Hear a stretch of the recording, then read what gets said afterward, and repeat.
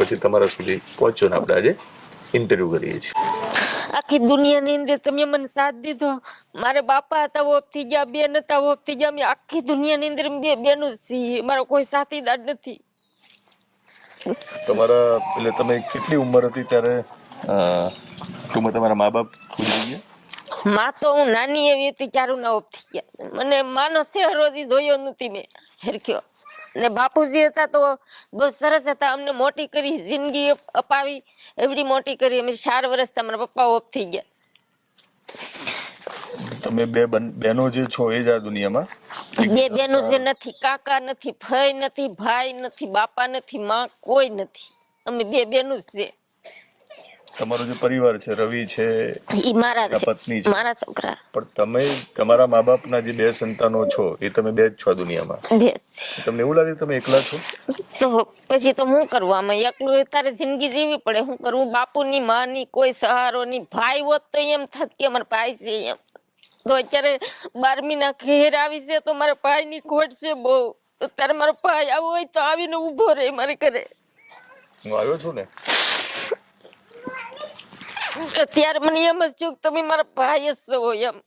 તમારો ભાઈ જ છું અને ભગવાને જ મને મોકલ્યો છે તો જ આવ્યો છું ને. હા, મારા બાપા ગુરુદેવનો પથ પાડતા, બહુ બાળકોને જમાડતા, બધું કરતા. પછી મારા બાપા ઓફ થઈ ગયા ને તો એનું જે કાર્ય હતું ને એમાં ગુરુદેવની પુણ્યમાં આવી. પછી મારા અંદાજને મને એમ છું કે હા કરી લેવું જોઈએ. મારા બાપા જે બાળકો જમાડતા ને પછી મેં લીધું મારા ગળામાં કે બાપુજી તમે તો વૈયા ગયા, જ્યાં લગી હું જીવી ને ત્યાં લગી આ 5 બાળકો 10 બાળકો જે મારી પોઝિશન થાય ને એટલું હું કરી. મારે આજ તમારે આંગણે જમતા હતા, આજ તમે નથી, દુનિયા છોડીને વૈયા ગયા, આજ હું મારે આંગણે જમાડી. જેટલું મારીથી પોઝિશન થાય ને એટલું કરી, 500નું, 1000નું, 500નું, 100નું હું બાળકો મારે ઘેર જમાડી. હું પુણ્ય હું જીવતી રહી, મારા ખોળિયામાં જીવ છે ત્યાં લગી હું બાળકો જમાડી. પછી હું ગરામાં લેતી નથી. એટલો મેં ગુરુદેવને આદેશ કર્યો હતો. હું તમારું ભૂલી નહીં, પણ હું અત્યારે હાવ મજબૂર છે તો હું ખાલી 500 રૂપિયાનું જ જમાડી, જાજુ નથી કરી શકતી.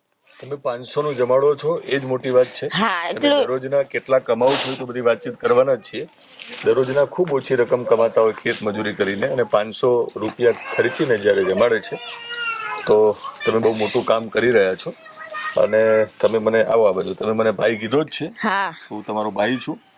પણ માસીએ મને હમણાં શૂટિંગ શરૂ થયું પહેલાં એક વાત કરી હતી. એમને જ્યારે મેં પૂછ્યું કે તમારું સપનું શું, તો કીધું કે નરેન્દ્રભાઈ મોદીને મળવું છે. એમને નરેન્દ્રભાઈ મોદીને મળવું છે. તો નરેન્દ્રભાઈ, તમે ગુજરાતના ભાઈ છો, હું તમને રિક્વેસ્ટ કરું છું